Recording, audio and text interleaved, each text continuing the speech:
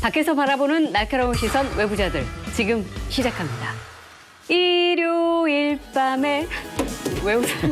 바로 그날에 맞죠? 자, 한 주간 안녕하셨습니까? 외부자들이 더 날카롭고 더 시원하게 돌아왔습니다. 새로운 마음으로 오늘의 내부자에게는 셀프 PR 기회를 저희가 드리고자 하는데요. 이름하여 나로 말할 것 같으면 이거든요. 근데 자기소개 방식을 그래도 저희가 보기로 한 3가지 정도를 드릴까 하는데 첫 번째는 노래. 저처럼 자유롭게 하시면 되고요. 그건 아닌 것 같아요. 지금 하는 거 보니까. 두 번째는 삼행시예요. 네, 네. 세 번째는 보자관 찬스. 아니, 어떤 거 선택하시겠습니까? 노래. 이 좋은 기회에 보좌관을 내보낼 수는 없죠. 네, 그냥 제가 삼행시로 하겠습니다. 삼행시. 운 네. 띄워주시면 제 이름으로. 알겠습니다. 박용진 TV라고 합니다. 유튜브 방송이죠. 용진이만 나오는 건 아닙니다. 진중권 교수님도 나와주실 거죠. 완전히 그냥 뽕을 뽑고 가시네. 와, 진짜 홍보 대단히 하시네요. 아니 나중에 뭐 우리 진중권 교수님뿐만이 아니라 우리 이동환 선배님, 그다음에 장지정 변호사님 들이밀더라도 출연도 달라 이런 얘기하지 마시고 나오셔서 좋은 얘기. 안 나가는데. 여기 우리 패널들 아마 다 뭘로 보고 그러시네요. 아니, 오늘 오셔가지고 분장실에서부터 계속 들이대고 무료 출연까지 앞으로도 따고. 굉장히 열심히 하신다는 느낌 받았습니다. 예, 착한 분하고만 얘기할래. 박혜진 아나운서 나와주실 거죠? 아, 저도 그렇게 저렇게 간단하게 보신 것 같습니다. 우리보다도 세지. 이게 듬성듬성 보는 것 같아요. 띄엄띄엄 보신 거죠. 네. 따로 연락드릴게요. 근데 이제 지난해부터 아주 핫하셨던 거 박용진 3법. 예. 그 정말 해결이 될 것 같이 하더니 이제 새해 또 넘어와서까지도 아직 지금 미적지근한 것 같아서 어떻게 지금 진행이 되고 있나요? 오늘 아침에요. 제가 미아 사거리역에 서가지고 새해 인사를 주민들에게 하는데 지나가다가 한 20명이 물어보시더라고요. 박용진 3법은 어떻게 됐어? 유치원 그러니까. 문제는 어떻게 되는 거야? 정확하게 말씀드리면 패스트 트랙으로 지난해에 올려놨습니다. 예. 시간이 가면 9월, 10월 정도에 이제 하게 돼 있는데 무조건 표결을 합니다. 다만 이제 걱정스러운 건 그보다 조금 더 땡기려고 그러는데 다른 당들이 협의를 좀 해주실지 요게 있고요. 그때는 되긴 되는 건가요? 됩니다. 지금 구도는 되는데 또 걱정이 있어요. 뭐냐면 선거가 가까이 오면 올수록 유치원 원장님들의 이 연합회가 엄청나게 지역 활동을 강화할 거예요. 그러면 당장 몇 달 뒤에 국회의원 선거를 치러야 되는 국회의원들이 손이 덜덜덜 떨리지 않겠느냐. 그 표를 의식을 안 할 수가 없을 예, 것이다. 그래서 예. 우리 매부자들 비롯한 언론에서 매섭게 계속 관심 가져주시고 우리 국민 여러분들, 학부모 여러분들도 관심 가져주셔야만 통과가 될 거다. 자, 최근 혜성같이 등장한 한 슈퍼 루키가 정치권의 지각 변동을 예고하고 있습니다. 바로 스스로를 정치 신인이라고 밝힌 황교안 전 총리 이야기인데요. 입당을 했습니다. 예, 그 전당대회 출마할까 뭐 안 할까 가지고 굉장히 그 관심을 좀 모았는데요. 얘기 많이 했었죠. 그렇죠. 네. 근데 드디어 이제 그 전당대회를 한 달 앞두고 입당을 하셨거든요. 근데 정치 신인이라기보다는 상당히 지금 입당 과정이 화려했어요. 그 국회 본청 자유한국당 회의실에서 그 입당식을 했고요. 그것도 앉아가지고 기자회견까지 했단 말이죠. 이런 것도 네. 상당히 이례적이라고 볼 수 있고요. 또 이제 그 과정에서 자기를 갖다 뭐라고 불렀냐면 정치 신인이라고 불렀거든요. 그래서 지금 그거 가지고도 뭐 신인이 맞니 안 맞느니 그래서 왈가왈부 지금 많은 얘기가 되고 있습니다. 네. 근데 제가 볼 때는 정치 신인이라기보다는 중고 신인이시죠. 그래서 이제 경험도 있고 중후함도 있고 다만 뭐랄까요? 그러니까 이분이 그 기자회견하는 걸 제가 봤는데 기름 바른 장어라고 했던 반기문 전 유엔 사무총장은 저리 가라로 네. 동문서답과 내용 없는 알맹이 없는 얘기로 가득해요. 근데 그렇게 조심스럽게 얘기하는 이유가 다른 게 아니라 자기에게 곧바로 밀어닥칠 이런 뭐 정치적 책임론 그다음에 논쟁 이런 것들에 대해서 피해가기 위해서 저 잘 몰라요. 저 정치 신인이에요. 그리고 뭐라고 제기하면 제가 이제 처음인데 뭘 알겠습니까? 이렇게 하기 위한 자기 방어책이 아닐까. 지금 박용진 의원이 예. 디스하는 거 보니까 상당히 위협감을 느끼는 것 같다. 이런 생각이 들고. 그러나 이제 그건 아닌데. 아니 대형 신인인 것만은 분명하죠. 우리가 흔히 정치 신인이라고 얘기할 때 그거는 여의도 정치를 얘기하는 거니까 우리가 뭐 광의의 정치라 그러면은 저는 뭐 정치부장 할 때부터 정치한 거지. 신문사. 그러니까 그런 의미의 정치가 아니고 지금 그동안에 그 진행 돼왔던 이 한국당의 그 경선이라는 게 사실은 뭐 좀 혹평을 하면 그 밥의 그 나물처럼 다 다 알고 있고 약간 피로감 있는 분들이 많았잖아요. 그런 의미에서는 수족관에 메기를 집어넣으면 나머지 뭐 미꾸라지니 뭐 물론 뭐 미꾸라지만 있는 건 아니고 거기 뭐 산천어도 있고 무슨 뭐 가물치도 있고 뭐 저 쏘가리도 있고 있지만은 다 활성화되니까 그러기 위해서는 판 자체를 키웠다고 하는 그런 효과가 있었던 것만은 분명하다. 그런데 최근에 아마 그 이제 이런저런 조언을 하는 그룹에서 정치를 진짜 하겠다고 생각하면 상처를 입고 설사 깨지고 부서지더라도 이번에 나와야 한다는 그 조언에 그 귀를 이제 기울이고 그런 조언을 한 분들이 많았나 봐요. 그래서 그 논란의 중심에 섰다는 자체가 사실은 정치적으로 보면 이른바 그게 노이즈 마케팅이기도 한 것이죠. 그러면 저희 거꾸로 한번 뒤집어 보자고요. 지금부터 2년 전에 문재인 지금 대통령이 대통령들이라고 생각하는 사람 그렇게 많지 않았어요. 당내에서도. 너무 정치를 예단해서 지금 상황에서 뭐 저 사람 안 된다 된다 할 것은 아니고 어쨌건 중요한 것은 드물게 공안검사 출신의 그 꽃길을 걸어오신 분이 결단 내렸다는 거에 대해서는 나름 그래도 또 평가는 해줘야 한다. 똑같은 운동이라고 생각을 하시지만 그리고 똑같은 잔디라고 생각을 하시지만 골프장 잔디 밟고 운동하는 거하고요. 축구장에서 운동하는 거하고 전혀 달라요. 골프장이야 느긋하게 우아하게 골프 딱 치고 걸어다니면서 그다음 또 딱 치고 죽어있는 공 딱 때리면 되지만 축구장에서는요. 축구 발로만 하는 줄 알죠? 아니에요. 손으로 하고 입으로도 얼마나 세게 얘기하고 말도 못하면서 다 다치고 나오는 곳인데 점잖게 하시던 분이 그걸 못 견뎌요. 그러면은 저 민주당은 더 즐거운 거 아니에요? 사실 콩카콜라까지 엎어지면 아무도 수습 못하는 이제 근데 그거를 민주당이 좋은 거 아니고 뭐 카오스가 생기는 거죠. 저는 박 의원님이 그렇게 얘기해서는 저는 안 된다고 생각해요. 네. 그러니까 많은 국민들은 있잖아요. 이 장면을 굉장히 씁쓸하게 보고 있다고요. 그렇죠? 씁쓸하게. 저분은 역사의 뒤안으로 물러날 사람이에요. 그 사람이 다시 소환돼 나온 거 아니에요. 네. 그거는 굉장히 정말 이렇게 씁쓸하고 안타깝게 그리고 또 민주당 입장에서는 적폐청산을 제대로 못한 것에 대한 그것에 대한 뭐 반성이랄지 뭐 이런 게 있어야 되는 거예요. 즐길 때가 아니라고요. 지금 당이론으로 얘기하면 지금 얘기하시는 게 다 맞는 거예요. 그러나 지금 이 황교안 총리를 불러낸 것은 문재인 정부예요. 그렇죠.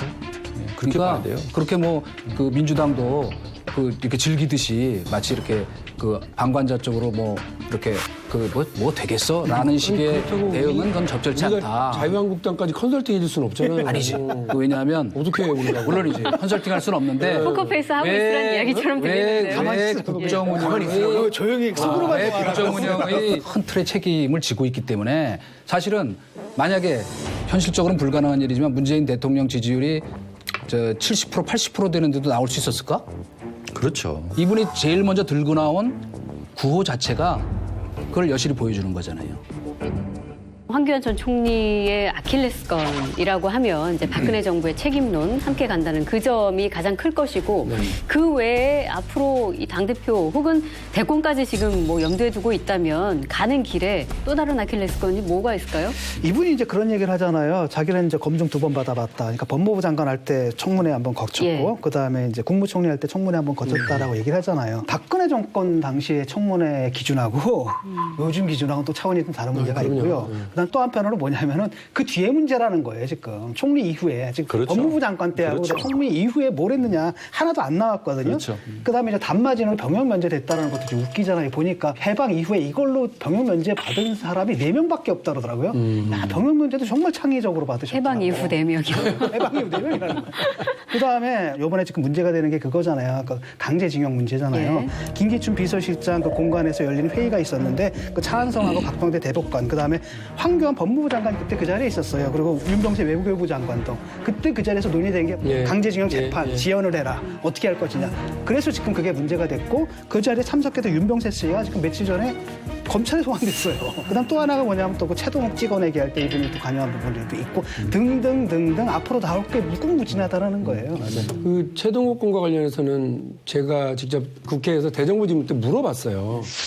그런데 최동욱 검찰총장 때는 왜 그러셨습니까? 어느 부분을 말씀하시는 겁니까? 언론의 보도만 되었을 뿐이고 확인된 바가 없는데 불구하고 곧바로 바로 물러나라. 본인이 그렇게 직접 권유를 했다. 그리고 감찰도 감찰 지시까지 한 감찰 지시를 것까지 했다는 거죠. 아주 심각한 상황까지 갔거든요. 그러니까 이런 경우가 뭐냐면 강한 권력에 의해서 심지어 자기가 사랑한다고 하는 검찰 조직이 소신대로 법대로 수사하는 것에 대해서 방해한 겁니다. 네. 권력에 의해서. 그러니까 아까 말씀하신 것처럼 박근혜 아바타다라고 얘기를 들어도 본인 스스로 크게 할 말이 없는 그리고 우리 그 검찰의 수사와 대한민국 헌정사의 아주 그 불쾌했던 그 경험 제대로 수사하려고 하면 그걸 찍어 눌러버리고 찍어내버리는 이런 과정에 본인이 앞장섰다고 하는 거 앞잡이 역할을 했다고 하는 건 두고두고 이거 문제가 있다고 저는 생각합니다. 네. 사실 그 결단이라는 게 중요한 게 아니라 더 중요한 게 있는데 기억나실 겁니다. 전원책 조강택 위원장이었잖아요. 그분이 갑자기 그런 말 한 적이 있어요. 그러니까 박근혜 탄핵 문제를 놓고 토론해야 된다 우리. 네. 그때 왜 그랬는지 몰랐거든요. 근데 이번에 좀 알겠더라고. 무슨 얘기냐면 박근혜 탄핵에 대한 입장이 있어야 돼 이분이. 그렇잖아요.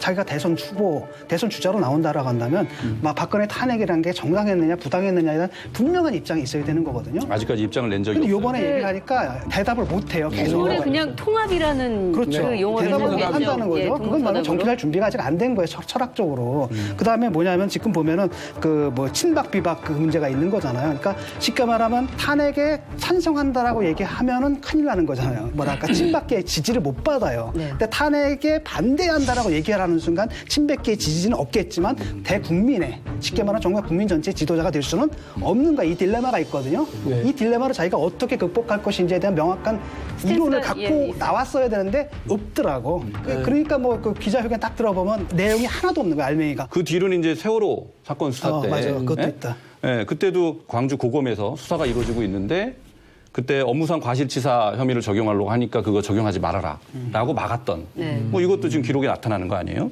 또 그 뒤로 최순실 그 국정농단 사건에서는 그 최순실 특검이 수사기간 연장을 요청을 하니까 그때 대통령 권한대행으로서 거부했단 말이에요. 네. 그래서 특검 수사를 결과적으로는 방해한 거예요. 그것뿐만 아니라 특검이 청와대 압수수색을 들어가려고 하니까 거기에 대해서도 거부해가지고 또 못했잖아요. 그렇죠. 이렇게 특검 수사도 계속 이 사람이 권한대행의 자리에 앉아가지고 방해를 했어요. 그러니까 이런 것들이 나중에는 계속 박근혜 아바타라는 공격을 받을 수 있는 빌미가 될 겁니다. 이제 전반적인 국민 여론은 이번에 나온 거에 대해서 부정적인 의견이 더 높아요. 그렇죠? 50% 가까이 되고. 50%. 그런데 예. 또 재밌는 거는 자, 60대 이상 또 TK 지역 그다음에 보수적인 한국당 그 지지자들 이 사람들 간에서는 거의 70% 가까이 조금 차이는 있지만 나오고 있거든요. 설사 당대표가 뭐 되기도 쉽지 않지만 되더라도 외연 확장력이라는 측면에서는 굉장히 어렵다. 그러나 거꾸로 전당대회만 놓고 본다면 타이밍을 노리고 있던 그 홍준표 대표에게 어떻게 보면 완벽한 빌미를 만들어준 거거든요. 그러니까 바로 그런 연쇄 파장 효과가 벌어지고 있는 가운데 그렇게 쉽게 이 당권을 잡을 수 있을 것인가. 어쨌든 뭐 지금까지의 범야권 대선 주자 지지율 조사를 하면 1위를 지키고 있는 상황인데 그 배경에는 뭐 좀 이유가 있지 않겠느냐 뭐 이런 시선들도 있거든요. 잠재력이랄까요? 지금 우리는 안 되는 쪽으로 얘기를 많이 좀 나눈 것 같은데 혹시 뭐 그런 부분도 있을까요? 그 실제로 그 저희도 주목하지 못했던 부분이긴 한데 그 신학대학을 나와서 전도사 자격을 갖고 계신 분이에요. 그리고 그동안에도 계속 그 이 전국의 교회를 다니면서 말하자면 강연하고 간증하고 대중을 설득하고 그다음에 그 자기의 논리를 전달하고 하는 그 점에서 본다면 사실은 굉장히 닮아 있는 부분이 많거든요. 그리고 뜻밖의 설교를 들어본 사람들이 상당히 그 설득력 있게 말씀을 잘한다. 이런 의견이 또 많아요. 과연 이분이 대중성이나 대중적 그 어필할 수 있는 정치 역량이 있을까? 근데 그 부분에 대해서는 그렇게 만만히 보면 안 될 거다라는 생각을 좀 하게 됩니다. 그것도 이제 하나 검증 포인트가 될 텐데요. 이분이 썼던 책을 읽어보잖아요. 근데 어떤 구절들이 나오냐면 교회법하고 국가법이 충돌할 때는 뭘 우선시해야 되느냐. 교회법을 우선하는 쪽으로 가야 된다. 뭐 이런 식의 그 소신을 얘기하는데 이게 사실 국가 지도자로서 이게 적절한 발언이냐 이런 문제가 생기거든요. 그래서 저는 보완하시려고 그러는구나. 그러니까 목회를 하시라고. 목회를 하시라고. 근데 아니, 그건 교회 안에서 하는 얘기니까요. 교회 안에서 하는 얘기죠. 그런데 이분이 그 쓴 책이 있잖아요. 최근에 쓴 책이 황교안의 뭐 답이라는 책이에요. 그 책에 보면 이런 얘기가 나와요. 32년간의 공직 생활을 마감하고 본인이 뭔가 더 큰 꿈을 위해서 가겠다라는 의지가 그 책에 나와 있습니다. 이분이 보니까 근데 현직 정치인들하고 뭐 관계들이 좀 있었어요. 검사 시절에도. 고 노회찬 전 의원에게 현직 검사가 10만 원, 소소하지만 보내면 안 되거든요. 10만 원의 정치 후원금을 고등학교 동기라는 이유로 보냈다가 나중에 알려서 서로 조금 민망했던 경우가 한 번 있어요. 그런데 또 하나는 성남지청장을 할 때 이때는 뭐 보통 높은 게 아니죠 사실은. 근데 그때 이명박 박근혜 두 후보가 싸웠을 때? 세게 붙었을 때 거기에다 대고 그때 뭐 최태민과의 무슨 관계 이런 거를 이제 이명박 후보 진영에서 막 맹공을 퍼부으니까 이런 천박한 이러면서 그냥 크리스찬이 그러면 안 된다. 들이받아버린 거예요. 크리스찬이 그러면 안 되냐? 예. 거기에 이제 살짝 발을 들여다는 그러나 독실한 크리스찬의 입장으로 그런 천박하게 하면 안 된다 이렇게 이해할 수도 있죠. 근데 더 나가면 2016년에 총리를 할 때 한 6급 실무자들하고도 모여가지고 이제 오찬을 하면서 탁 그냥 뭐 낮술 한잔 했겠지 이렇게 기분 좋게 하는데 그 중에 한 명이 오바를 했더라고요. 예. 이렇게 총리님께서 봉황의 주인이 되신다면 저는 그 봉황의 곁을 뭐 옆에 모시는 것이 꿈입니다. 이렇게 청와대 얘기하면서 입성하는 게 꿈입니다. 청와대 가겠습니다. 그 남들이 들으면 제가 낮술 먹고 취했나 보다 이러고 이제 하는 일인데 이 양반이 원래 공직자는 그럴 때 그 말 삼가하셔야 된다고. 네네. 나한테는 뭐 나 들으라고 하는 말이겠지만 삼가하십시다 이렇게 하고 넘어가야 되는데 사람의 앞날이란 알 수가 없네 이렇게 얘기를 한 거야. 그러니까 홍준표 전 대표의 표현대로 내 한 손으로도 말이야 이렇게 그럴 뿐이 아닌 거예요. 그러니까 무게도 있고 나름대로 내공이 있어서 우리도 혹은 그 홍준표 전 대표도 너무 만만하게 보지는 말자. 이분이 검사장 승진을 3번 숙제만을 물먹었단 말이에요. 그 중에 못 벗는 거 아니야 그런데 원래? 그거를 견디고 끝까지 버텼다는 것. 글쎄요, 그거는 사실은 그 굉장한 인내심이거든요. 그러니까 권력의지가 아까 얘기한 대단한 것처럼 거죠. 권력의지와 내공이 있다는 거는 우리가 짐작할 수 있는 것이고 다만 이제 한 가지 그 2007년 경선 때 벌어지고 있는 한나라당 경선 내용을 이 양반이 비판하는 글을 쓴 것은 취지는 잘못 전달된 거예요. 왜냐하면 그건 2007년 10월 달에 쓴 글이거든. 이미 경선이 다 끝나서 대선으로 다가가고 있는 쪽이니까 그리고 일반적으로 어떤 그 상황을 네거티브가 막 성행하는 그거를 얘기한 것이지 하는 일반론을 얘기한 것이에요. 그러니까 이 검사장 탈락을 3번을 해서 버틴 사람도 참 찾기가 어려워요. 한 번까지는 어떻게 좀 참더라도 2번 탈락하면 대부분 옷을 벗거든요. 그것도 헌정사상 그런 일 아닌가 싶어. 네. 그런데 이제 3번을 참는 것도 여러 가지 기록을 가지고 계시네. 굉장히 어려운 건데 그렇게 3번을 물먹고 검사장 된 분이 국무총리가 되고 법무부 장관이 됐다는 거예요. 네. 이건 정말 대단한 거예요. 이런 기록은 없죠. 나경원 원내대표는 또 이런 발언을 하기도 했습니다. 친박 비박 넘었더니 친황이 나왔다. 이거 어떻게 해석하십니까? 자유한국당이 지금 무주공산 상태잖아요. 원래는 사실 자유한국당이 공당이라기보다는 박근혜 전 대통령이 사당이잖아요. 그래서 친박계가 주주를 잡고 있는데 친박계에서 박근혜 대통령이 지금 감옥에 계시고 맹주 역할을 했던 서청원 의원 이런 분들도 지금 영어의 몸이 되셨단 말이죠. 네. 무주공산이 있는데 바로 이제 여기에 이제 들어가는 거죠. 그래서 이분들로서는 자기들의 구심점 역할을 해주는 어떤 인물이 필요하거든요. 정치 세력이 이게 제대로 정치 세력을 서려면은 유력한 대선 주자가 있어야 돼요. 근데 그 역할을 해줄 수 있는 게 황교안 전 총리인 거죠. 네. 그러니까 들어오자마자 이제 바로 사람들이 옆에 딱 꼬이는 거고 그게 이제 눈에 보였던 거예요. 나경원 원내대표 눈에는. 그러니까 친박 비박 넘겼더니 또 친황이 나왔네 이렇게 풀명을 한마디 한 것 같습니다. 황교안 전 총리가 입당하는 바로 그날에 무슨 소위 이른바 그 친황 모임이 있었다는 거잖아요. 근데 이제 그 나경원 대표 같은 경우는 사실은 뭐 언론에서는 이제 그 친박 쪽 도움을 받았다. 그 이런 분석들을 했는데 사실 냉정하게 보면 자유한국당 안에도 울트라 친박이라 할까 하는 분하고 이쪽 비박 쪽 정서 중에 조금 강한 분들을 말고 빼놓고 가운데 중도적인 생각을 갖고 있는 분들이 뜻밖의 더 많아요. 그러니까 본인은 억울한 거예요.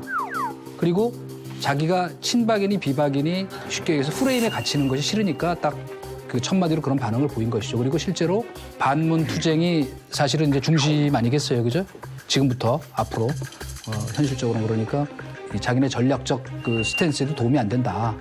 이렇게 생각하고 있기 때문에 아마 그런 반응을 보인 것 아닌가 이렇게 생각이 돼요. 친황 얘기를 했던데 시계를 조금만 돌려보면 반기문 전 총장이 한국에 대선 출마를 위해서 들어왔을 때 제일 활발한 행보를 보였던 사람 중에 하나가 나경원 원내대표예요. 방영훈 총장이 동사무소에 가서 뭐 전입신고하고 뭐 이럴 때 나경원 대표가 그 옆에 이렇게 같이 있고 그랬어요. 마침 그 사당동인가 거기에 네네. 그 뭐 지역이 거처를 정했죠? 겹쳐서 라기보다는 나경원 지금 대표가 이제 그때 반기문 총장을 앞세워서 뭔가를 해보려고 하는 그런 움직임들을 상당히 활발하게 보였었죠. 맞아요.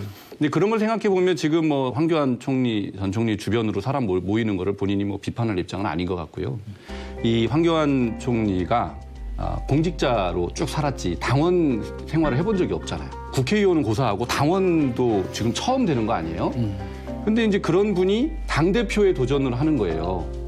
참 보면 얼마나 어처구니 없는 거예요. 정당이 얼마나 웃겨지는 거예요. 우스워지는 거잖아요. 반기문 전 총장 때도 이제 신기루처럼 확 사라졌잖아요. 뭐 좀 지켜봐야 될 일 아닌가. 어머니, 저를 전적으로 믿으셔야 합니다. Sometimes we live endlessly. 이거 앞서지. 오, 싱크로율. 어우, 아, 머리도 이렇게 올백으로 하고 있었어야 되는 건데. 95%. 어우. 자, 사교육 현실을 풍자한 드라마죠. 요즘 뭐 굉장히 화제입니다. 풍문으로만 듣던 사교육의 실태. 혹시 외부자들도 그 드라마를 보셨는지, 네. 공감을 하셨는지. 저도 다 봤습니다. 다 봐보셨어요? 네, 다 봤어요. 진짜? 네, 다 봤어요. 나는 오늘날 집에 갔더니 와이프가 그걸 보고 있는 거야. 그래서 자세히 옆에서 들여다보다가 당신 이거 왜 봐? 무슨 생각하고 있어? 이랬거든요.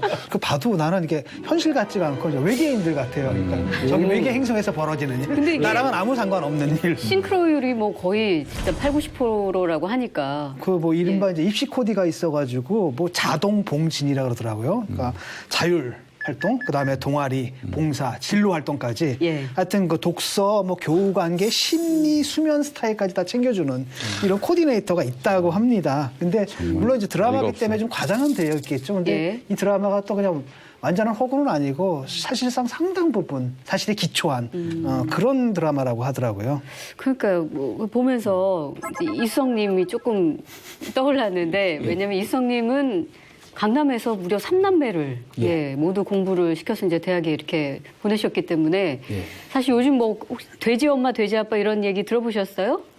그 유명한 서초동의 돼지 아빠시거든요. 돼지띠를 얘기하는 건 아닌 거죠? 아닙니다. 그리고 제 이제 돼지띠. 아닙니다. 그 새끼 돼지들 몰고 가듯이 딱 그룹을 만들어서 이제 데리고 가는 거죠. 돼지치기. 그래. 그래서 이제 예. 그 무슨 말인지 주도적 알겠어요. 역할을 예. 이제 하는 거예요. 그러니까 그룹을 만들어서 이 코디 선생님한테 맡긴다든지 혹은 뭐 강사 선생님을 뭐 초빙해서 이제 뭐 과외를 한다든지. 특공 훈련을 한다든지 하는 경우가 제가 있었죠. 몇 년 전에 듣기로는 그 아빠가 무관심해 애들이 성공한다고. 그래서 이제 그러던데. 바로 제가 얘기하는 게 뭐냐면 네. 아이가 공부를 잘하기 위해서는 엄마의 정보력, 그래. 그다음에 아빠의 무관심. 할아버지의 재력. 그다음에 아빠의 무관심인데 저는 철저히 그 원칙을 준수했기 때문에 사실 애들을 공부를 잘했고 돼지 아빠는커녕 뭐 물어보시죠. 저희 집사람은 뭐 불가피하게 네. 사실은 그 사모님이 다. 애들 코디 역할을 그 한 거죠. 이게 근데 진짜 효과가 있나? 안 해봤어요? 아기가 어려서. 내가 볼 때는 약간 이제 그런 것 같거든요. 왜냐하면 저도 이제 농담 삼아서 얘기하는 게 그 학위가 좀 필요한 게 있어요. 대한민국에서 입시 원서 낼 때 학위가 좀 필요해. 너무 복잡해가지고 난 들어도 모르겠거든. 그러니까 이러다 보니까 불안한 거잖아요. 그러니까 그 부모들의 그 불안함 이게 이제 일종의 공포 마케팅 같은 거 아닌가. 그래서 그 심리를 덜어주는. 근데 거지. 그게 근데 지금 최근에만 있는 일은 아닌 것 같은데 과거에도 있었지 아니 않습니까? 그 여기 계신 분들은 사실은 조금 해당이 없는 거예요. 그러니까 왜냐하면 그때는 어쨌든 그 그냥 평준화 교육에 그리고 이제 우리 과외금지. 과외금지제이고 본인이 공부하고 열심히 하고 네. 부모는 그냥 참고서 하나 더 사주면 고마운 걸로 이제 끝이니까 본인의 노력과 열정으로 이제 됐는데. 이제는 근데 무슨 시험 공부를 하는 것 이전에 제도를 입시 제도를 공부하는데 다시 뭘 준비를 하는 게 불가능해서 못할 정도니까 저는 이 드라마를 보면서 아 그런 얘가 70%는 맞다. 그 저는 처음 보는 거였고 딱 1회만 봤는데도 와이프도 상당히 놀라더라고요. 네.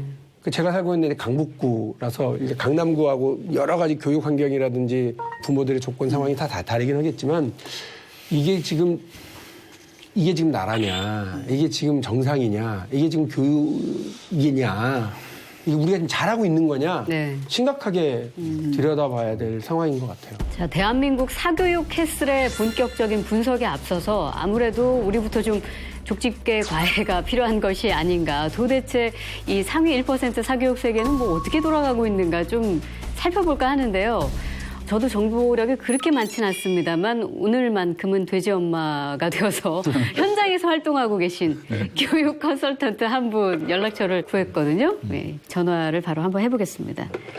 We are lying. Tell you the truth. 오늘 전화를 저희가 드린 분은 바로 교육 컨설턴트로 활동하고 계시는 이미애 대표이십니다. 안녕하세요. 예, 안녕하세요. 예, 반갑습니다. 그 요즘 인기 있는 그 드라마 보시나요? 보고 있죠. 그래서 실제로 지금 교육 컨설턴트라고 제가 소개를 해드렸는데 거기에 네. 나오는 김서영 씨가 뭐 코디라는 역할을 하고 계신데 비슷한 네네. 역할이다 이렇게 저희가 생각을 하면 될까요? 그렇죠. 사실은 우리 교육업계에서 코디네이터란 말은 잘 안 쓰고요. 네. 네, 하는 역할은 비슷하다고 보시면 됩니다. 아, 그러면은 드라마 보면은 뭐 공부는 기본이고 네. 생활기록부 뭐 먹고 자는 거 심지어 뭐 심리 상담 뭐 이런 것까지 네. 관리를 해주던데 그런 건가요? 그거는 아마 업체에 따라 좀 다를 것 같아요. 기본적으로 학원에서 이루어지는 거는 그냥 상담 이 정도까지고요. 예. 아침에 학교 가기 전에 들렀다가 학교 갔다가 다시 거기 가서 잠만 집에 가서 자는 경우. 요즘 또 대치동에서는 어떤 트렌드가 있냐면 학원에서 방학 때 아침부터 저녁까지 관리해주는 럭셔리 자습형 독서실 형태도 있습니다. 아, 그러면 지금 관리라고 하니까 이제 도대체 구체적으로 또 어떤 관리를 해주느냐 이게 궁금한데 네. 좀 설명해 주실까요? 학생들이 해야 되는 것들이 교과가 내신 관리고요. 비교과가 활동 관리인데 두 가지를 다 해주는 거죠. 예를 들어서 학교 시험 대비하기 위해서 아이들이 뭐 졸거나 핸드폰을 하거나 이성 교제를 하거나 이런 것들도 관리가 들어가고요. 아, 그다음에 이성교제까지도요? 못하게 하겠죠. 못하게? 네. 아, 그러니까 뭐 네, 공부에 그리고- 방해가 되니까? 네, 그래서 그런 럭셔리 도서실에서는 핸드폰도 다 압수하고요. 화장실도 정해진 시간에만 갈 수 있고요. 네. 네. 그 드라마를 보고 우리 아이도 컨설팅을 좀 받게 해야 되는 거 아닌가라면서 그 아이들 연령이 좀 더 어려지고 있다고 하거든요. 네, 네, 네. 맞아요? 뭐 놀라시겠지만 임부부터 오십니다. 임산부 때부터? 네. 애가 누군 줄 알고 그 컨설팅을 해. 이상하네. 그거는 아, 컨설팅을 잘 모르셔서 그런 거고요. 이거는 아이의 컨설팅이 아니라 부모가 우리 아이가 어떤 직업을 하든지 간에 내가 먼저 공부하구나 이런 차원입니다. 네네. 드라마를 보면 네. 아파트 한 채 값이다. 네. 그리고 보니까 뭐 골드바를 이렇게 한 무대기를 막 주는 그런 장면도 나오고 그러던데 네, 네. 실제로 그렇게 많은 돈을 주고 그렇게 하나요? 골드바를 주고받은 사람들은 대부분 비밀에 붙이겠죠.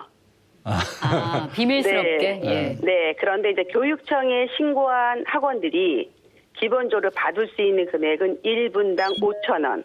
네. 그래서 1시간에 30만 원이고요. 네. 그다음에 학원 형태가 아닌 기업 형태. 그런 분들은 이제 뭐 금액이 정해져 있지 않으니까 학교에 붙었을 때도 뭐 성공 보수처럼 이렇게 선물을 주는 경우도 있고 그런데 요즘 보통 재수 비용이 보통 엄마들이 생각할 때 1년에 3천에서 5천 정도 예상하거든요. 만일에 고1부터 고3까지 기준으로 봤을 때 3천씩 해서 3년 9천, 저는 1억 미만이라고 보고요. 1억 아마 미만. 그거는 아마 작가님께서 우리 전 국민 한번 놀래라고 하신 것 같아요.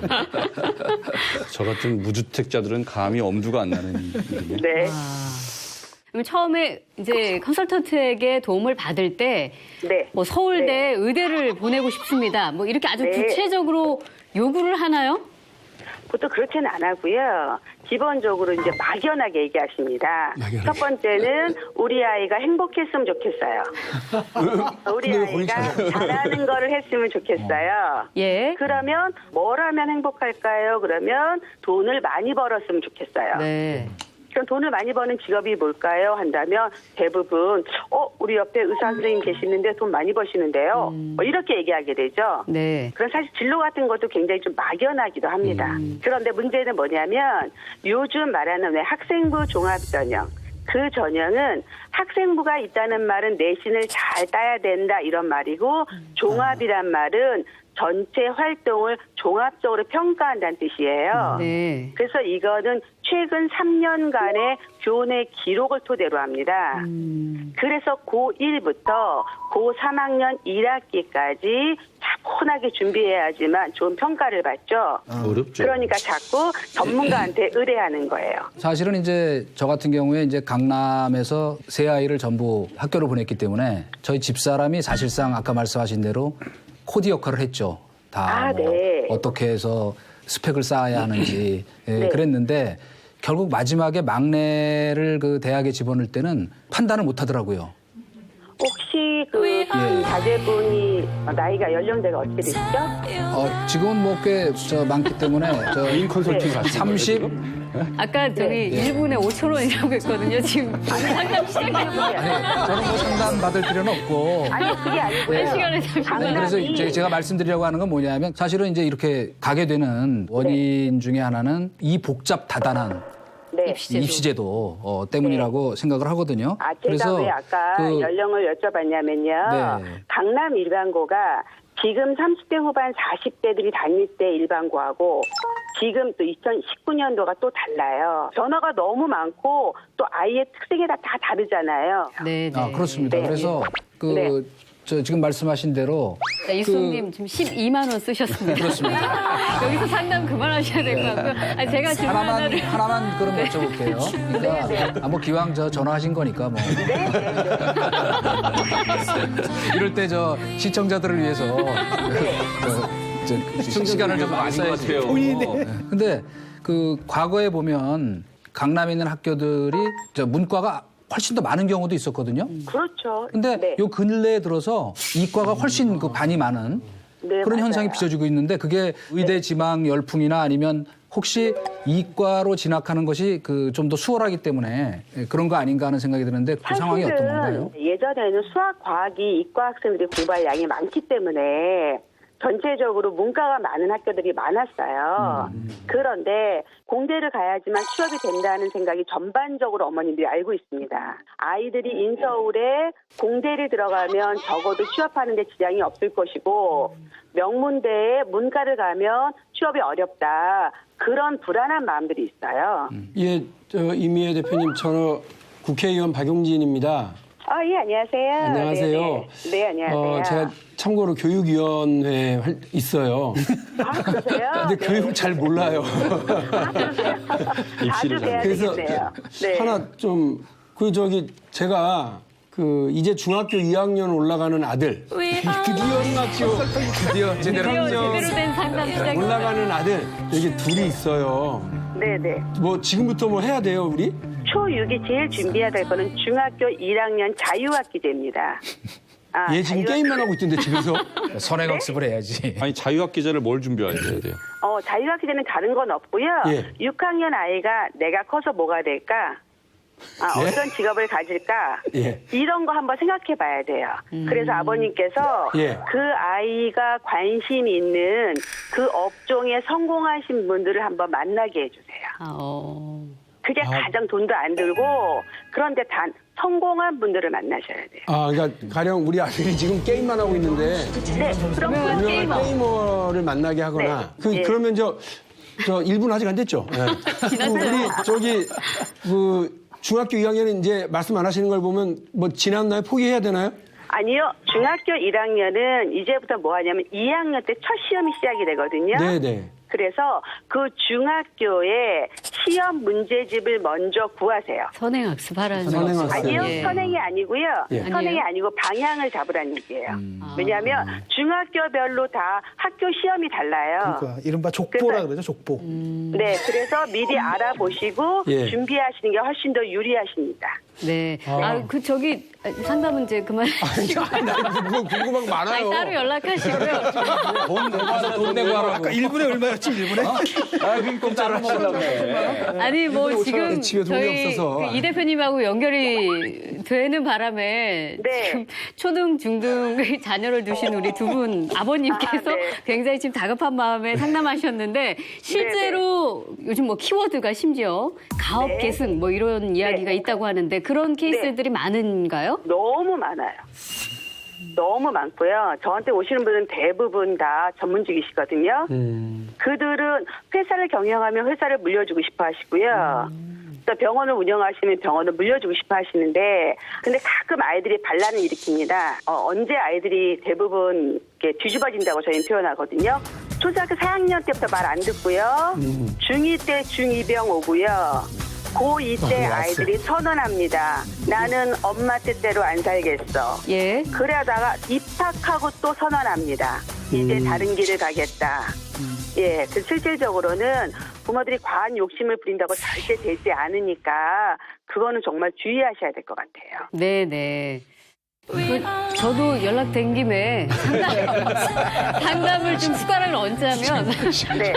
저도 워킹맘이니까 아마 네, 방송 네. 시청하시는 분들 중에도 워킹맘이 꽤 많으실 텐데 네, 네.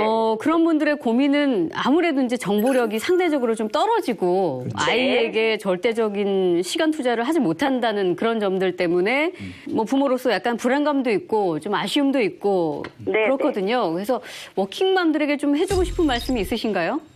저도 워킹맘이었는데요.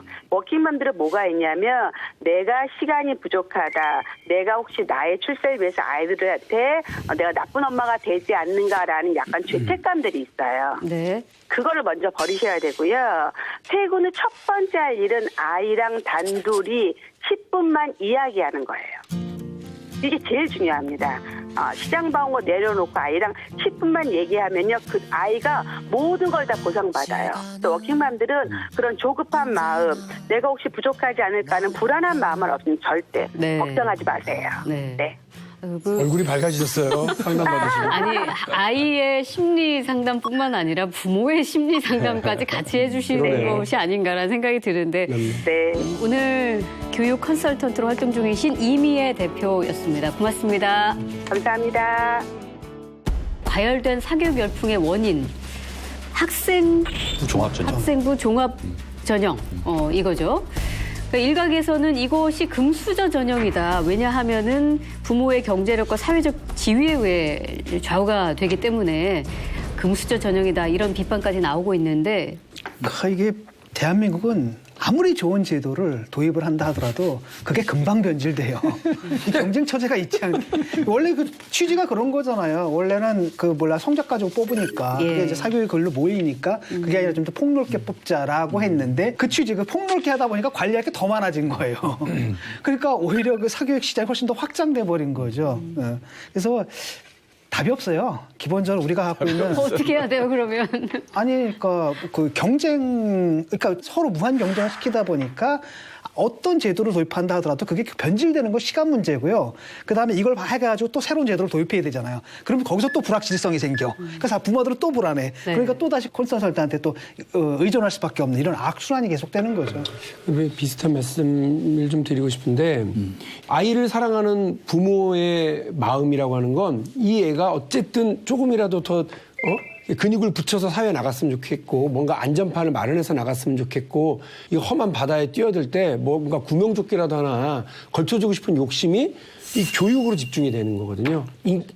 학연, 혈연, 지연. 그래서 늘 학연이 먼저 나오는 이유가 바로 거기 있다고 봐요. 네. 그 문제를 유일하게 만들어줄 수 있잖아요.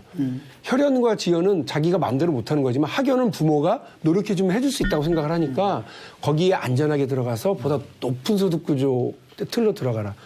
근데 만일에 외국처럼 일부 선진국처럼 대학을 못 나와도 고등학교만 나와도 자기 기술이 있으면 되는 백왕공이 교수보다 더 나은 소득을 가지고 있고 더 넉넉한 삶을 가지고 있고 교수는 죽어라고 애를 가르치면서 힘들어 죽더라. 여기 얘기해 주시는 것처럼 굳이 너도 아빠처럼 변호사가 돼야 돼, 교수가 돼야 돼, 국회의원이 돼야 돼 그러겠어요? 저는 그 구조가 달라져야 되는 거기 때문에 실제로는 우리가 지금 그 소득 구조를 변화시키기 위한 최저임금 제도를 실험하는 걸 너무 못 참아해요. 그럼 어쩌란 말이에요. 지난 수십 년 한국이 겪어왔던 그 구도를 그대로 가자고 그러면서 교육제도만 바꾸자고 그러고 드라마 보면서 아이고 큰일이야 이런다고 다른 문제가 해결되느냐? 그래요. 아니라고 지금 아니 너무 많이 나가서 소득 불평등까지는. 예. 아니 일부러 그랬어요. 그러니까 이게 이상적으로는 맞을 거예요. 이상이에요, 이상. 근데 우리 현실은 어떠냐? 우리 현실은 지나치지. 스카이캐슬에 보면 그 차 교수라는 사람이 나와요. 로스쿨 교수. 그 사람이 아이들한테 피라미드를 항상 보여주면서 너 이 피라미드 봐라. 피라미드 여기 위로 올라가야 된다. 이러면서 애들한테 가르친단 말이에요. 근데 그 피라미드 구조 이게 원인이에요. 이게 원인. 그렇죠? 네, 우리 사회가 피라미드 구조로 맨 위에 올라가 있지 않으면 먹고 살기 힘든 그런 사회이기 때문에 무시당하고. 다 루저 취급을 해요. 그렇죠. 이제 이걸 고치지 않으면 다 말씀하셨지만 교육을 고친다고 해서 나아지지 않는다는 말이죠. 그런데 진짜 문제는 뭐냐면 자, 다 1층 집에 살았는데 높은 아파트를 보니까 좋아요. 좋아가지고 서로 더 우리 높이 싸서 좋은 데 살자 이러고 막 아파트를 올렸어요. 근데 우리가 땅을 디디고 있는 땅은 집안이 너무나 취약한 거예요. 집안이 취약하면 그냥 1층에서 사는 게 맞거든요. 근데 자꾸 높이 지으려고 그래요. 욕망 때문에. 저는 저희가 아이들을 키우면서 제 친구들이랑 얘기해 보면 상력고사 때가 제일 더 낫다. 지금보다. 그래서 차라리 자꾸 뜯어고치지 말고 지금까지 누더기로 바꿔왔던 것들을 한순간에 그냥 다 깨버리고 단순한 구조로 돌아가서 전체적인 사회 구조랑 같이 변하게끔 하는 것. 저는 지금 할 수 있는 교육 개혁의 방법은 그게 아닌가 그런 생각이 들어요. 그러니까 직업 자체를 갖다가 기능으로 보는 게 아니라 일단 신분으로 보는 그렇죠. 거잖아요. 사회적 지위. 그런 건데 그 시대가 지난 게 우리는 왜냐하면 한국 전쟁 직후에는 누구나 다 바닥에서 같이 출발했어요. 정주영 씨도 소 한 마리 갖고 출발한 거잖아요. 그때 조건이 똑같았는데 우리가 좀 쌓이잖아요. 재산이 쌓이고 하면서 이제 세습 문제가 발생할 수밖에 없는 거고 그렇기 때문에 이런 현상은 불가피한 부분이 있어요. 그래서 직업을 우리가 기능적인 것으로 이해를 해서 자꾸 신분적인 것을 이해하는 이런 분위기들. 그다음에 단지 정신 상태 문제가 아니라 경제적인 근거가 있는 거잖아요. 차별로 임금 차별이라든지 이런 걸 갖다가 완화시키는 방식으로 장기적으로 나가야 된다. 네, 공감합니다. 예전에 우리 민주노동당의 권영일 대표가 2002년도에 이른바 부유세, 무상교육, 무상의료를 얘기할 때 뭐라고 그랬느냐면 여러분 살림살이 좀 나아지셨냐, 행복해지셨냐. 그러면서 한 말이 판사들 판사 되고 변호사들 변호사 되고 의사들 의사 되는 이 지긋지긋한 부의 대물림과 직업의 대물림 이 구조를 깨야 된다라고 얘기하면서 했었던 게 그거예요. 근데 그때나 지금은 더해요. 왜냐하면 엄마 아빠의 직업이 가져다주는 소득 능력이 아이들에게 선택권을 주거든요. 네. 교육의 선택권을. 그러니까 개천에서 욕난다는 말이 예전에는 지금 먹혔는데 지금 없다는 거잖아요. 아스팔트가 덮여버린 상황인 거예요. 지금 얘기하신 것처럼 사실은 그 교육 제도는 정답이 없어요. 뭐 수시로 가면 그 사교육이 줄어들고 정시를 늘리면 사교육이 줄어들고 하는 게 아니고 그 당시에도 다 명분은 공교육을 강화하기 위해서 학교 교육을 정상화하자는 뜻이었어요.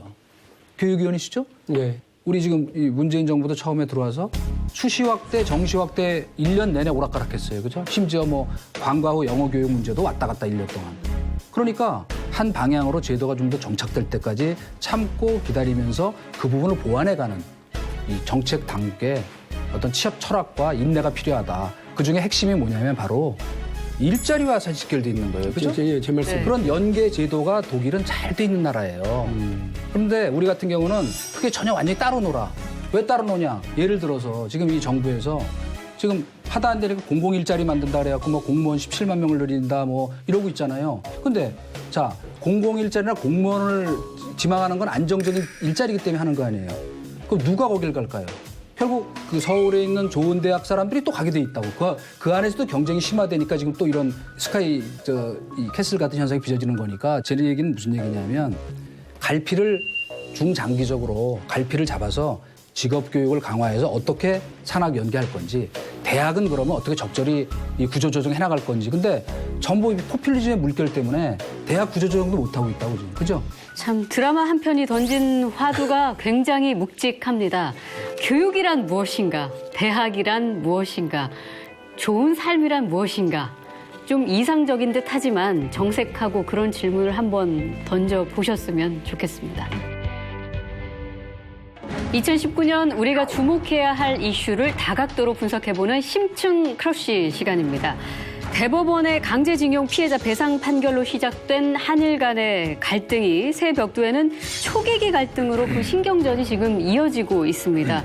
이번 이 레이더 갈등의 쟁점에 대해서 우리 진 교수님께서 조금 쉽게 짚어주고 먼저 시작할까요? 예, 지난달 20일이었죠. 동해에서 북한 선박이 조난당했습니다. 그래서 우리 해군이 구조 작업을 하는 과정에서 광개토 대형함이 목표물 항공기의 계략적인 위치를 파악하는 탐색 레이더라는 게 있고요. 또 다른 한편으로는 이제 목표물 위치를 정밀하게 파악해서 미사일을 유도하는 이른바 추적 레이더가 있는데 일본 해상자위대 P1 초계기에다 추적 레이더를 조준했다고 일본 측에서 주장하고 나선 거죠. 네, 그러니까 네. 미사일을 쏠 의향을 보였고 이걸 우리는 굉장히 큰 위협으로 느꼈다라고 지금 항의를 하는 중입니다. 예. 반면에 이제 우리 쪽에서는 추적 레이더를 쏜 적은 없다라는 거고 오히려 당신들이 저공 비행을 했거든요. 고도로는 고도로, 150m 였죠. 예, 150m, 그다음에 500m까지. 인도주의적인 구조 활동에 집중하고 있던 우리 함정에 일본 초계기가 저공 위협 비행을 한 것은 우방국으로서 매우 실망스러운 일입니다. 국내 그러니까 전문가들의 이야기는 우리 해군이 그 조난당한 북한 어선을 그 인도적인 차원에서 구조하려고 탐색 레이더를 가동시킨 건 맞다. 그쵸. 근데 그 탐색 레이더를 일본 초계기에서는 마치 미사일을 그쵸. 그렇게- 쏘려는 사격 레이더로 오인을 했을 것이다라는 그렇죠. 지금 또 하나는 그 이야기잖아요. 뭐냐면 경보음이 울리고 경보등이 울렸으면 바로 회피 기동을 해야 되거든요. 근데 이 사람들 보면 계속 들어와요. 쉽게 말하면 위협을 느끼지 않았던 얘기잖아요. 근데 일본이 자기들이 맞았다고 하는 주파수 정보만 공개하면 아 이거 한국 해군이 잘못했다라고 예. 딱 끝나는 문제일 수 있거든요. 근데 지금 그게 기밀이라고 지금 공개를 안 한다는 건 아니 맞은 사람이 무슨 기밀이야고? 그러니까 저는 잘 이해가 안 되는데. 기밀은 우리가 기밀이죠, 사실은. 그렇죠. 우리가 기밀인데. 그렇죠. 우리 주파수 정보가 공개되면 우리가 걱정이죠. 만약에 그렇다고 한다면 예. 자기들의 주장을 입증을 못하는 거잖아요. 그럼 항의를 못하는 거예요. 그 어떤 주장을 입증하는 책임은 누구한테 있냐면은 주장하는 사람 측에 있는 맞아요. 거지. 맞아요. 우리한테 그걸 갖다 입증하라 이렇게 얘기할 수는 없는 거죠. 그러면서 지금 우리 군함의 전체 레이더 정보를 역으로 요구를 하고 그러니까 있다는 이게 좀 거죠. 다른 말도 속셈이 안 있다는 되는 얘기죠, 거죠. 그게. 저도 이제 그 해군 쪽에 어떤 장교하고 한번 물어봤어요. 근데 초계기, 일본 초계기는 최신형 초계기라 그래요. 그런 초계기에서는 레이더를 맞으면 알람이 울린다는 거예요. 네. 빵빵빵 알람이 울리고 이제 그 관련 정보가 뜨고.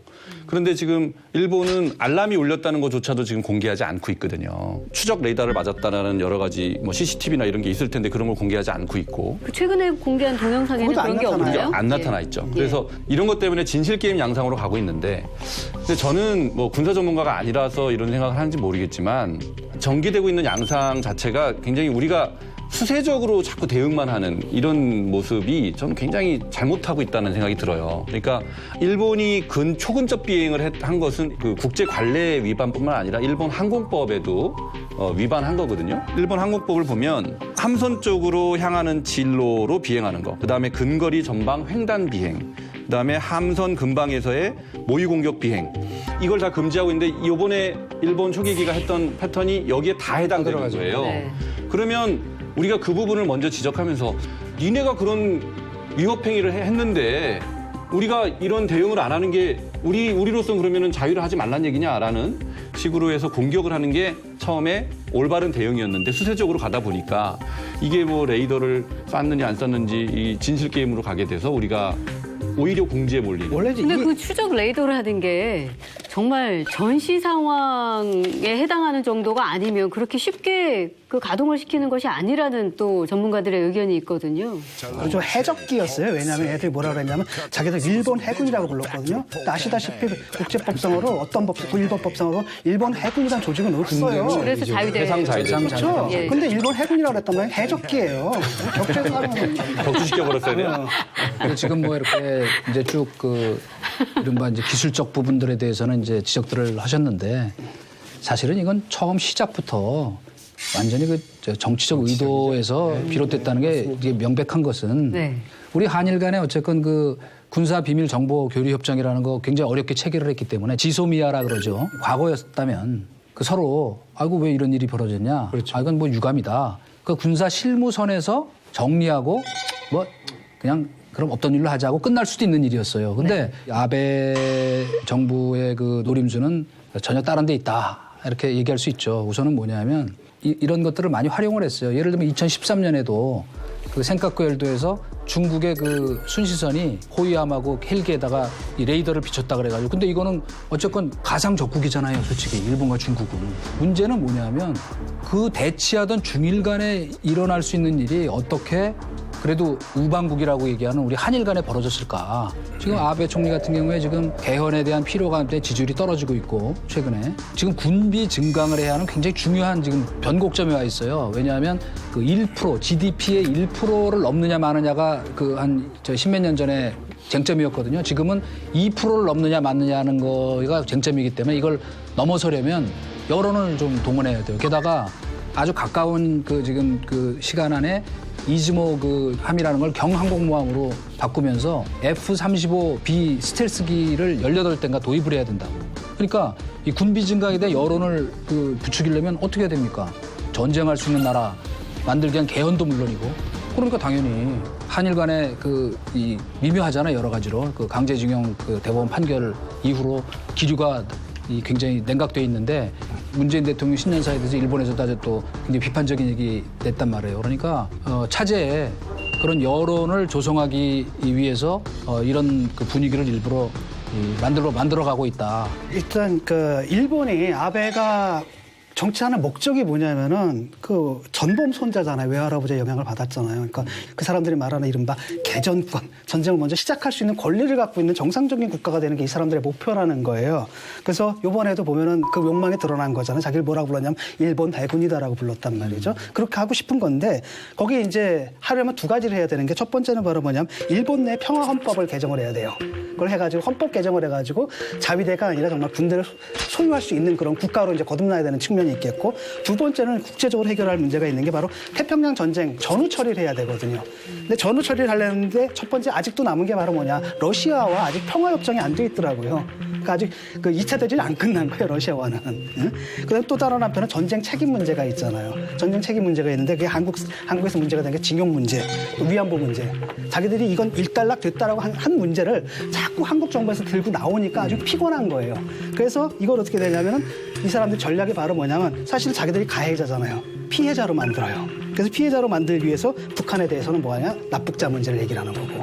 두 번째로는 이번에 그 해군 레이더 이 문제를 건드리는 거거든요. 네. 이걸 통해 가지고 쉽게 말하면은 자기들의 불리한 걸 갖다가 한국과 북한을 갖다 오히려 가해자로 만들어가지고 굉장히 공격적으로 모면하라는 이런 시도가 있는 거고 예. 이걸 통해서 일본 국민들을 선동하는 거예요. 그래서 결국 어디로 가냐? 평화헌법 개정하자. 우리도 군대 갖자. 더 강력한 해군이어야 돼. 뭐 이렇게 나올 수 있다라는 거죠. 예. 그러니까 이제 과거의 다른 사안들과 달리 이거는 군사 문제가 되고 갑자기 그 일본 그 뭐 얌전해 보이던 일본 국민들도 그냥 욱해서 지금 이 문제에 막 달라붙고 있는 상황이라고 그러고 정말 적대적으로 얘기한대요. 일본 방송에서도. 그래서 그냥 일본에 그냥 평범히 살고 있는 그 우리 그 여동생도 아주 걱정스럽게 얘기하고 자기가 장사하고 있는데 와서 그 이야기하는 일본 시민들도 상당히 기분 나쁘다라고 네. 하면 노골적으로 얘기를 하고 있어서 이전에 있었던 한일 간의 어떤 마찰보다 안 좋게 본인은 느낀다라고 하는데 문제는 이미 정치적으로 가버린 거예요. 지피지기면 백전백승이라고 하죠. 한일 갈등 해결의 실마리를 외부자들은 바로 이 사람을 통해서 찾아보려고 하는데 역대 최장수 총리 타이틀에 도전하고 있는 아베 신조 총리를 외교 부분에 좀 한정해서 다각도로 분석을 해보겠습니다. 먼저 아베 총리의 외교 하면 떠오르는 장면들이 있을 텐데 뭐가 있을까요? 트럼프랑 골프 치다가 굴러떨어지는데 막 끼 올라가지고 따라가던 거. 간신히 벙커에서 탈출한 아베 총리가 서둘러 둔덕을 뛰어넘으려다 중심을 잃고 벌러덩 넘어집니다.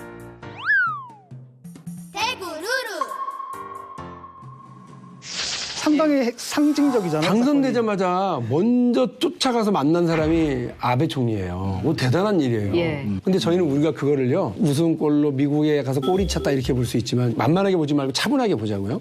미국 정치권 내에서도 이 양반은 비주류예요. 이단아예요. 네. 누가 여기다가 선을 댈 수 있는지 미국 내에서도 잘 몰랐을 거예요. 워싱턴 특파원 했던 사람들에게 얘기를 들어보면 우리나라는 겨우 뭐 KBS, 뭐 동아일보, 연합뉴스 몇 군데에서만 뉴욕 하나, 워싱턴 하나, 로스앤젤레스 하나 이렇게 3명 정도 보내면 많이 보낸다. 그런데 일본은 한 언론사에서 몇십 명의 특파원이 와 있다는 거예요. 네. 그래가지고 그 미국의 모든 정보부처에 다 드나들면서 다 브리핑 다 받아들이고. 그런데 그거 정보력이 다 어디로 모이겠습니까? 그러니까 이런 일본이 미국에 대해서 쏟고 있는 열정과 관심 그리고 이들에 대한 이 정보 파악을 위한 노력. 외교력. 예, 이 외교력과 한국의 노력은 어마어마한 100대 1의 차이라고 하는 거죠. 그리고 우리가 처음에 누가 트럼프하고 제일 친해 이거 찾아내려고 얼마나 힘들었고 거기에 이렇게 해가지고 서로 이렇게 좀 해보려고 자리에 만져보면 힘들었다고 생각하면 그래 골프 치다 뭐 넘어지면 어때? 이렇게 하고 일본으로서는 내실을 기하면 됐지 체면이고 뭐고 다. 아니 근데 그거는 이제 오히려 그렇게 생각하는 아베 총리가 잘한 거라기보다도 일본 외교가 워낙 그렇다라는 거죠. 누가 총리가 되든 간에. 보통 일은 아닌 것 같아요. 유학을 딱 가잖아요. 그럼 한국 사람들 몇천 명이 모여 있어도 네트워크가 없거든요. 네. 근데 일본 애들은 한 몇십 명만 모여도 몇백 명만 와도 완전히 인터넷으로 딱 해가지고 정보부터 쫙 다 조직화돼 있어요. 아, 그래요? 그래서 한국 사람들은 이제 정보가 없으면 어디 가느냐 이제 교회를 다녀야 돼. 유학 초기에 누구나 다 크리스천이 됩니다. 저희가 이 대목에서 아베 총리의 리더십 아니면 일본 외교 이걸 얘기할 때 한 가지 인상적인 장면 중에 하나가 왜 문희상 그 지금 현재 의장께서 대일 특사로 갔을 때 왜 의자의 격을 달리해가지고 의도적이라고 볼 수밖에 없죠. 저쪽에서는 뭐 어떻게 하다 보니까 그렇게 됐다 그러지만 그거는 뭐 있을 수 없는 얘기고. 그러니까 바로 이 미국에는 심지어 뭐 푸들이다 말이야. 이런 조롱까지 당하면서도 감수하잖아요. 그러니까 그런 두 얼굴의 외교. 비굴해 보이지만 사실은 실리를 챙기는 외교다. 하면서 예. 또 밀어붙이고 말하자면 밟을 때는 가차없이 하는 이 두 개의 얼굴을 저희가 알아야 일본을 제대로 대응할 수 있는 거지. 네. 한쪽만 보고 함부로 강경으로 치닫다가 혼난 경우가 과거에도 많이 있었죠. 뭐 일본이 이제 외교만이 아니라 사실은 너무나 당연한 거 일본 사람들의 멘탈리티에서는 강자한테 약하고 약자한테 강한 게 너무나 당연한 게 우리는 좀 달라요. 우리는 강하고 약하고 간에 진리라는 게 있다, 옳은 게 있다라고 믿지만 이 사람들은 누가 무엇이 옳은지를 규정하는 건 막 강자다라고 생각을 하거든요. 이제 그게 이제 외교로 나타나니까 우리가 볼 때는 좀 이상하게 보일 수도 있죠. 근데 그들의 관점에서 굉장히 실용적인 거죠, 그게. 국제 외교가 약육강식, 적자생존, 뭐 이제 이런 아주 냉정한 법칙이 적용되는 것 아니에요. 근데 트럼프의 이제 환심을 하기 위한 여러 가지 노력들을 지금 얘기하셨잖아요. 근데 일본의 그 이방카가 왔을 때 이방카 생일, 네. 생일을 맞춰가지고 딱 준비해가지고 생일 축하를 해주는 거. 이방카는 또 상당히 실세니까 뭐 그럴 수 있겠다 싶어요. 근데 이제 더 놀라웠던 거는 손녀의 비위를 맞추기 위해서 손녀가 좋아하는 일본 개그맨까지 초청해가지고 이렇게 또 이벤트를. 극진히 대접을 하는 그런 모습들을 연출을 하는 거죠. 그러니까 이제 우리 청와대가 이런 것들을 외교 국면에서도 우리가 좀 일본이 하는 거를 적어도 참고할 필요는 있겠다. 외교를 잘하느냐 못하느냐 기준이 뭔지 모르겠거든요. 그 뭐냐면 어떤 면에서 잘하는 게 있고 어떤 면에서 못하는 게 있는 건데 예를 들어가지고 지금 정상국가를 가는 과정들을 차근차근 밟아가는 것들은 뭐 아베가 잘하고 있잖아요. 국민들 뭐 포퓰리스트 선동을 통해 가지고 국민들한테 평화법 개정의 이런 욕망을 갖다 자극한다라든지 그다음에 인도 만나고 그다음에 영국 만나서 뭐 이런 거. 하지만 그 주변 국가의 관계를 한번 보자라는 거죠. 다 망가져 있거든요. 그 남북자 문제는 지금 뭐 북일 교섭은 실마리도 못 찾고 있는 거고요. 두 번째 이제 한일 관계는 지금 보시면 앞이 안 보이잖아요, 지금. 그다음에 러일 관계도 이번에 뭐 북방 4개섬 반환 이번에 평화협정 맺는다라고 협상은 시작됐지만 러시아 그 외교장관이 뭐라고 했습니까? 9일 4섬은 러시아 영토고 이건 뭐 협상하는 사안이 아니다. 그냥 미리 선을 쳐버리잖아요. 라고 했을 때 사실 주변 국가의 관계를 갖다 잘 조정하고 이런 것들을 이 사람 외교를 생각하는 것 같지가 않아요. 오로지 하나는 라인을 만들어서 군사 강국으로 가겠다. 그런 점은 잘하고 있는 거죠. 뭐 북일 교섭 아직 뭐 지금 되지도 않았는데 약간 그 기회주의적이고 실리 실용을 찾는다. 일본의 외교가 그 느껴지는 게 작년 이야기입니다. 그때 이제 재팬 패싱이라는 이야기가 나오니까 바로 또 기회주의적인 입장을 취하는 그런 모습들을 봤을 그거는 때 그 단순히 기회주의적인 입장이라기보다는 저희가 꼭 잊어서는 안 되는 게 중국을 방문해서 그 해빙의 문을 연 거는 그 닉슨 대통령이었는데 다나카 가쿠이 그 총리 시절에 중일 수교가 이루어졌죠. 그 수교는 더 빨리 한 거예요. 그래서 그때 미국 타임지의 일면 머릿 기사에 나온 사진이 뭐냐면 다나카 쇼크였어. 그게 바로 일본 외교의 진면목인 거예요. 근데 우리 때도 보세요. 김영삼 대통령 때 우리가 막 초기에 뭐 김영삼 대통령이 피는 물보다 진하다 그리고 뭐 대북 그 쌀 원조하고 뭐 그러다가 관계가 이제 악화됐잖아요. 그죠? 인공기 사건 때문에. 그러니까 바로 기다렸다는 듯이 북일 교섭에 나서면서 저 북한에 저 쌀 원조해주고 그 국교 정상협상을 했어요. 그때 김영삼 대통령이 뭐라 그랬냐면 우리 어깨 위로 북한하고 접촉하는 거 괘씸하다. 물론 그건 과거사 문제 때문에 얘기한 거지만 그 감정 때문이었거든요. 버르장머리 고쳐놓겠다. 네. 그러니까 지금도 똑같은 일이 벌어질 수 있고 이 사람들은 준비가 다 돼 있어요. 그 단아까 쇼크를 노리는 거예요 지금. 그러니까 북미 간에 어느 정도 해빙 무드만 되면은 저희보다 더 빨리, 미국보다 더 빨리. 동의합니다. 그리고 실제로 북한도 돈 될 나라는 일본밖에 없다는 걸 알아요. 바로 그런 일본의 두 얼굴 외교, 그 두 얼굴의 그 본질 이거를 정확히 알고 우리가 그 대일 관계를 규율해야 되는데 그런 면에서 보면은 어떤 때는 좀 감정적으로 좀 대응해서 손해를 자초하는 경우도 많은 것 같다. 자, 그런데 나경원 원내대표는 오히려 문재인 정부의 대응이 불필요하게 일본 정부를 자극했다. 이런 입장을 내놨거든요. 이 부분은 어떻게 보십니까? 이제 그 얘기를 한 게 문재인 대통령의 신년 기자회견 그 내용 중에 한일 관계에 관련된 부분을 가지고 그렇게 얘기한 건데 네. 이것은 한국 정부가 만들어낸 문제들이 아닙니다. 과거의 불행했던 그 오랜 역사 때문에 만들어지고 있는 문제입니다.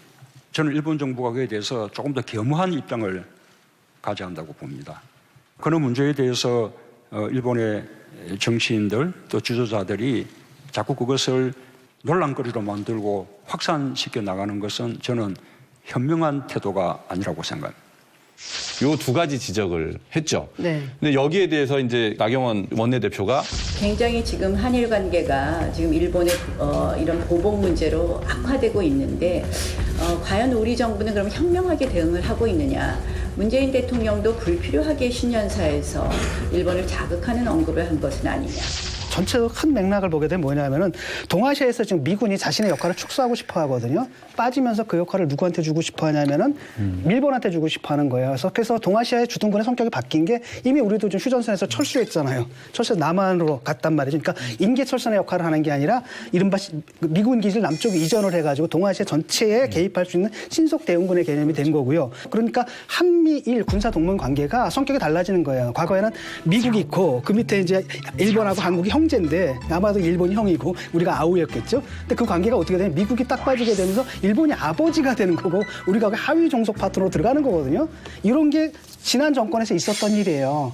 그걸 하다 보니까 뭐 정보협정 문제도 있었고 위안부 문제도 있었고 강제징용 문제도 이걸 갖다가 미국이 원하는 또 일본이 원하는 새로운 시스템에 들어가기 위해서 박근혜 정부가 무리를 했던 게 지금 양승태 대법원장의 무슨 사법파동 이런 것들 나타난 거고요. 나경원 그 원내대표의 인식을 딱 보게 되면 아직도 박근혜 정권 당시에 그 관계, 쉽게 말하면 한미의 관계에 대한 인식, 거기서 하나도 벗어나지 못했다는 걸 알 수가 있는 거죠. 나경원 원내대표 말씀은 좀 부적절한 게요. 네. 개인적으로 일단 부적절해요. 왜 본인이 전에 한번 세게 뒤었던 일이 그렇죠. 자위대. 일본 대사관에서 개최한 그 자위대 창설 기념 행사 갔다가 자위대 행사인지 모르고 갔다라고 하는 어이없는 대답으로 더 황당한 국민들의 분노를 자아냈었던 적이 있어요.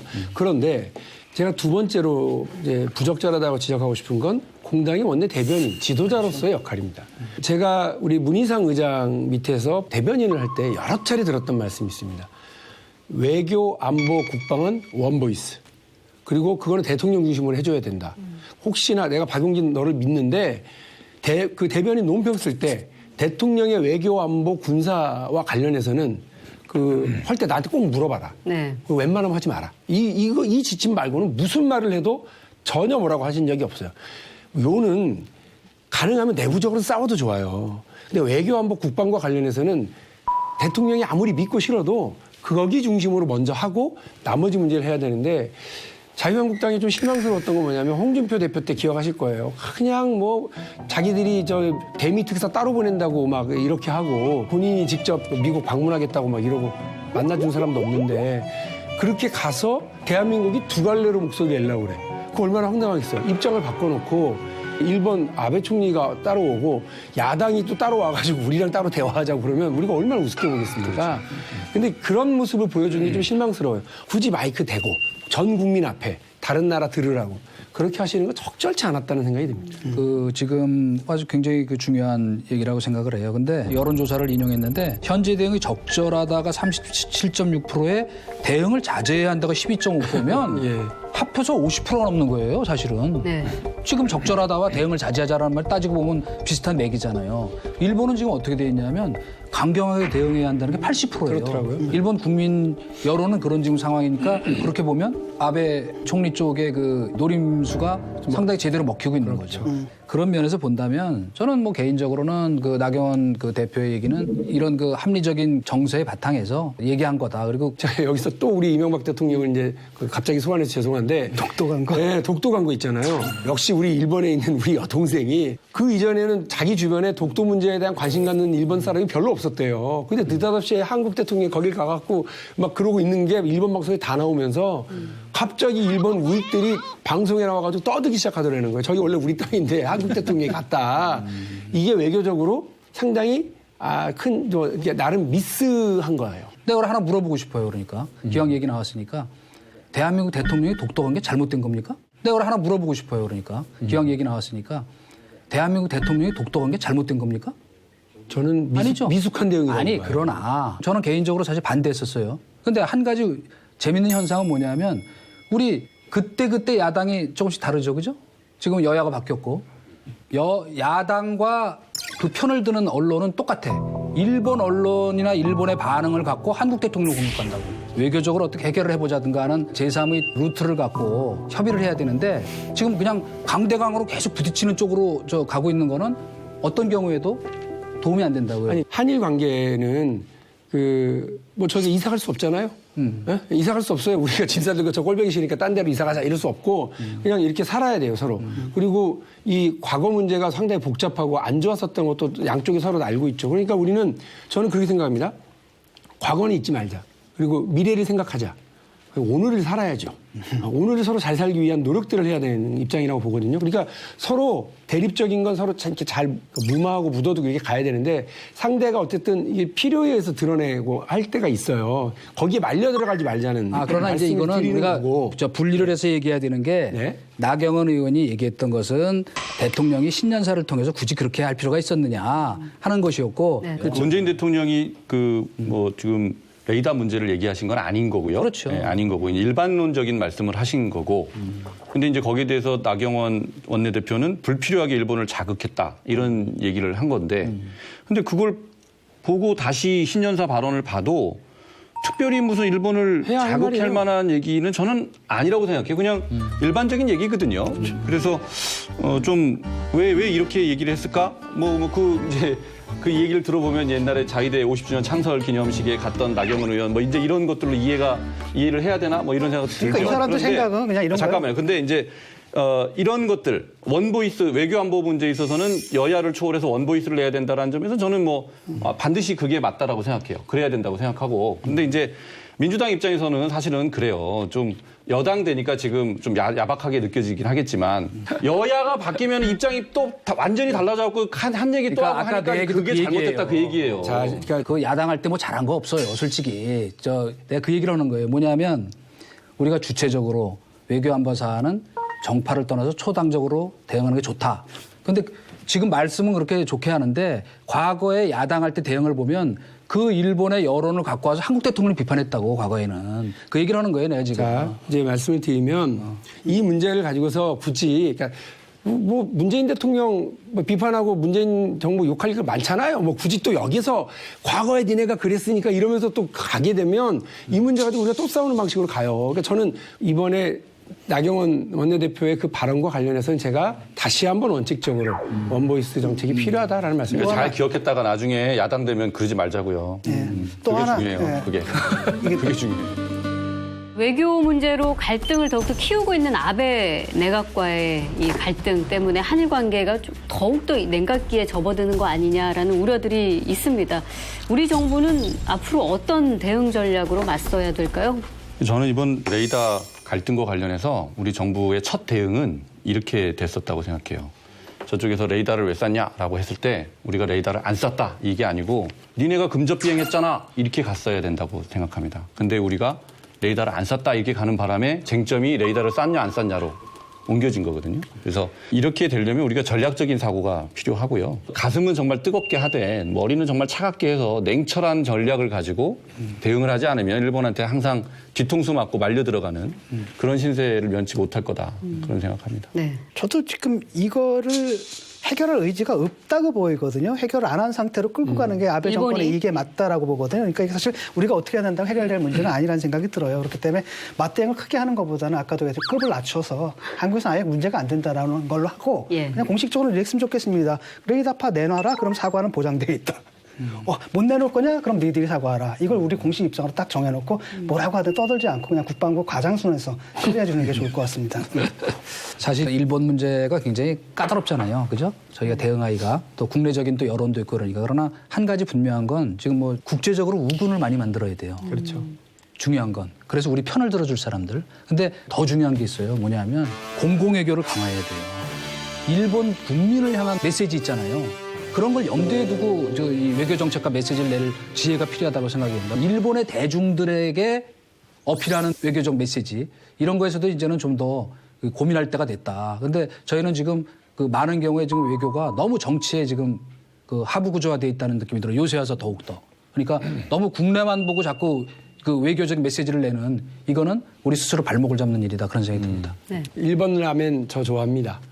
그리고 저희 아들은 일본 애니메이션의 초등학교 6학년짜리가 막 폴짝폴짝 뜁니다. 푹 빠져 있습니다. 일본 사람들도 한국의 문화, 한국의 걸그룹, 한국의 유명한 가수들 너무너무 사랑하고 좋아하거든요. 양국의 국민들 간의 우호 증진은 이제 얼마든지 더 있을 수 있다고 생각하고 그걸 키우는 게 되게 중요하다고 보는데 일본의 우익 정치인들이 하고자 하는 이른바 재무장화의 길을 열려고 하는 그 전략은 현실로 있는 거거든요. 네.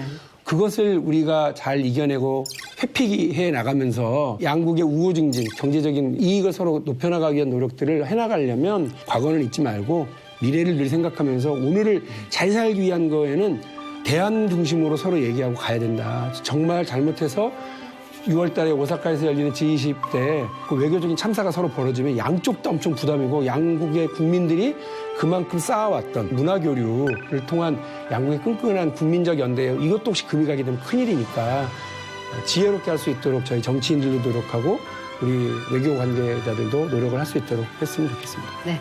새해 들어서는 첫 출연이셨는데 우리 박용진 의원님 오늘 굵직한 주제도 있었고요. 개인적인 상담도 열심히 하셨었는데 어떠셨습니까? 집에 가서 저희 아내에게 여보 큰애는 이렇게 하고 둘째는 이렇게 하래 이렇게 무료로 받아왔어 이렇게 얘기할 수 있는 말씀도 잘 들었고요. 또 역시 다양한 시선 그리고 서로 공감하는 내용 이런 것들이 존재하고 있어서 넘치고 있어서 정말 좋습니다. 또 불러주세요. 네, 저희가 박용진 TV 화이팅 해드렸으니까 외부자들 화이팅 한번 해주세요. 자, 박용진 TV와 함께 가는 우리 외부자들 화이팅.